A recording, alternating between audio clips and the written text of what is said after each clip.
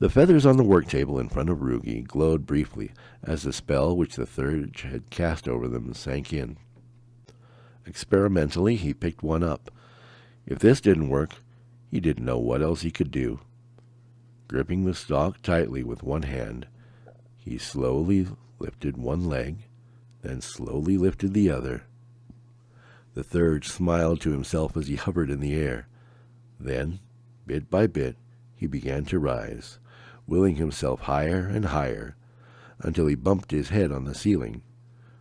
Rubbing his noggin, Rugi lowered himself toward the window, which he threw open.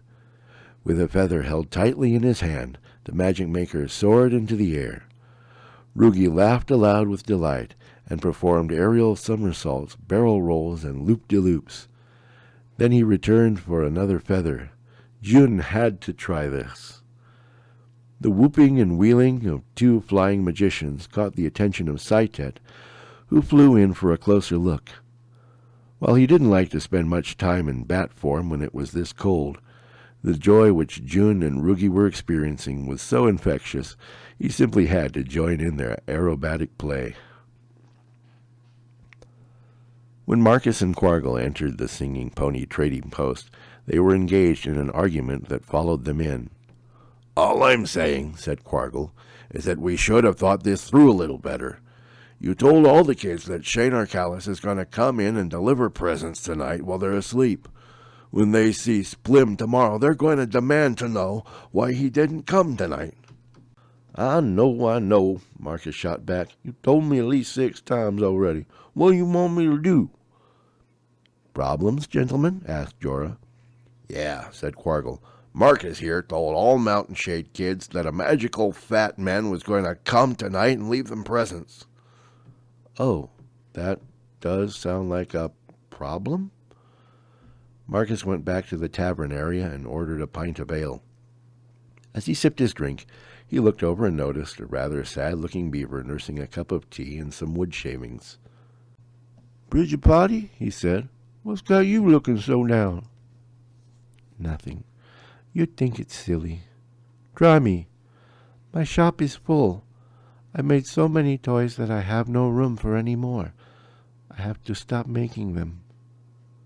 "That's not silly at all," said Marcus. "You're an artist.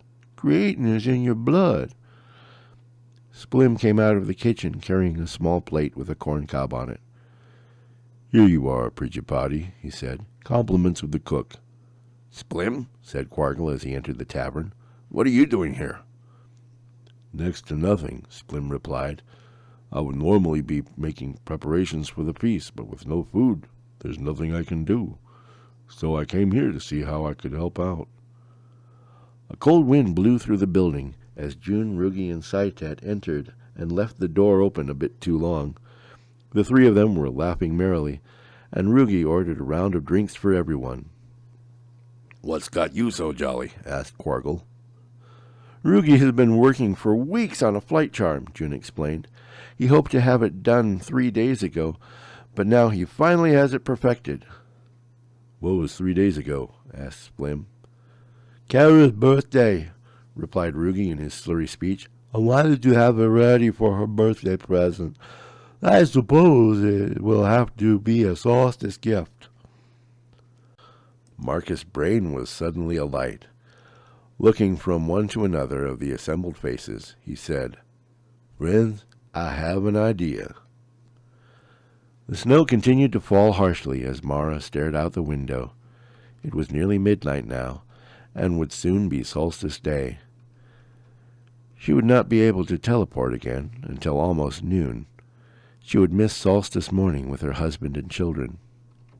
"Homesick already?" asked Ikumak, offering her a bowl of hot tea. "Thank you, friend," said the unicorn. "Just impatient. I wish I could be with my family for Solstice morning." "It must be a special time for you," said the human. "Out here is little more than a time for getting drunk. I usually spend the day alone here in my cabin so as to avoid the whole thing." "Where I live, it's a beautiful time of family and friendship, as well as making excuses to spoil our children." I think I would like to see that, said Ikumak, sipping his own tea. You do make it sound appealing. And it's going to be very special this year, said Algene. Why do you say that? Asked Point. Because at this very moment Marcus and his friends are conspiring to make it extra wondrous. And there are some wonderful surprises coming tomorrow morning. What sort of surprises? If I told you, they wouldn't be surprises, now would they? Suppose not. Ikumak fished around in a cabinet and pulled out some blankets. These are all I have, he said. I've given the boy my bed for tonight. The rest of us will have to sleep on the floor. Not a problem, said Mara. She continued to gaze at the storm as her eyes became heavy and the fire slowly quieted down to a few dancing tongues of flame. "Oh, scarred one," she prayed, "please let us be reunited with our loved ones this night." She then lay down in front of the fire, gravity and exhaustion finally overcoming her, and slept. Swallowson was jarred from his sleep by the sound of the door. Rising from his straw bed, he walked out into the main room of the house. There in front of the fireplace was the most wonderful toy he'd ever seen. It was a castle carved from pine wood. It had a working drawbridge, secret passages, and a trap door into the dungeon. There were knights, a princess, horses, belfry bats, a dragon, and even a moat monster. Upon one turret was a tag that read, "For Swallowson, a very good reindeer." Shanar-Kallas had been here. Heart leaping, Swallowson ran to the front door to see if he could catch a glimpse of the departing sled. Indeed he did. There was Shanar-Kallas with an enormous bag of gifts, and pulling the sleigh, his own parents. They said nothing, but gave him a nod as they took off and pulled the sled into the air. "Happy Solstice!" cried Shanar-Kallas. At that moment, Swallowson felt as if he too could fly. Not only was Shanar-Kallas real, not only had he left a gift tonight, but Swallowson's own parents were on his team. Splim was careful to be quiet as he tried the door at Bully's house.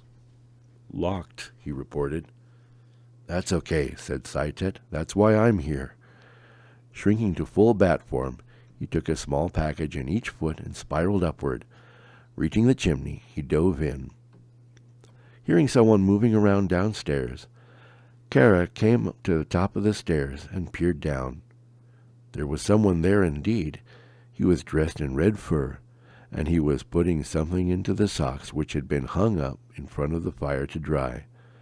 Looking back, he gave Kara a wink, then turned into a bat and flew back up the chimney. "I knew it!" Kara cried in delight. "Shanar-Kallas is a werebat, just like me!" The girl ran to her father's bedroom. "Daddy! Daddy!" she exclaimed. "He was here! Shanar-Kallas was here! I saw him!" "Who?" asked Bully, still mostly asleep. "Shanar-Kallas! He was downstairs!" Instantly, Bully was awake. Someone was in his house. Carefully, he crept toward the stairs. He almost cried out when Kara blew past him and dashed down the stairs. "He was here!" she called back, hopping excitedly. "He left presents in our socks, and then he turned into a bat, and he flew up the chimney." Bully looked around. Seeing nobody, he examined the socks. Inside them were 2 small boxes. Opening one, he found a feather on a gold necklace. "There's a note in here," he said. "For Kara Fire Eyes. Instructions. 1. Put on necklace. 2. Fly." He placed the chain over Kara's head.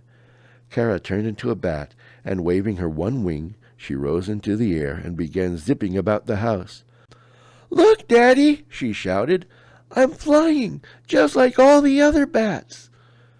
She was sure she could never be happier than she was at this moment. Bully opened the other box and found a second chain, this one quite long, with a horse-shaped charm. "Oh, Rugi, you didn't," he said as he read the accompanying note. Kara! Come here, Kara! The little one-winged bat obediently landed in front of him and changed back into a little goblin girl. Yes, Daddy? Come outside. I have something to show you. He placed his daughter on his shoulders once they were through the door. We have to do a little traveling, so you'd better say your spell. Daddy, Gladdy, Morsey, Horsey, said Kara with a tap on her father's head. Immediately the horse charm upon his chain began to glow. Booley then grew. His clothing vanished, replaced by fine white hair all over. Fingers and toes turned into hooves. A tail flared from his rear. His neck stretched, and his face became long and narrow. Booley was transformed into a horse. As he went galloping down the road with Kara clinging tightly to his mane and laughing for joy, they both saw Shanar-Kallas flying away toward Moondark in his reindeer-drawn sled.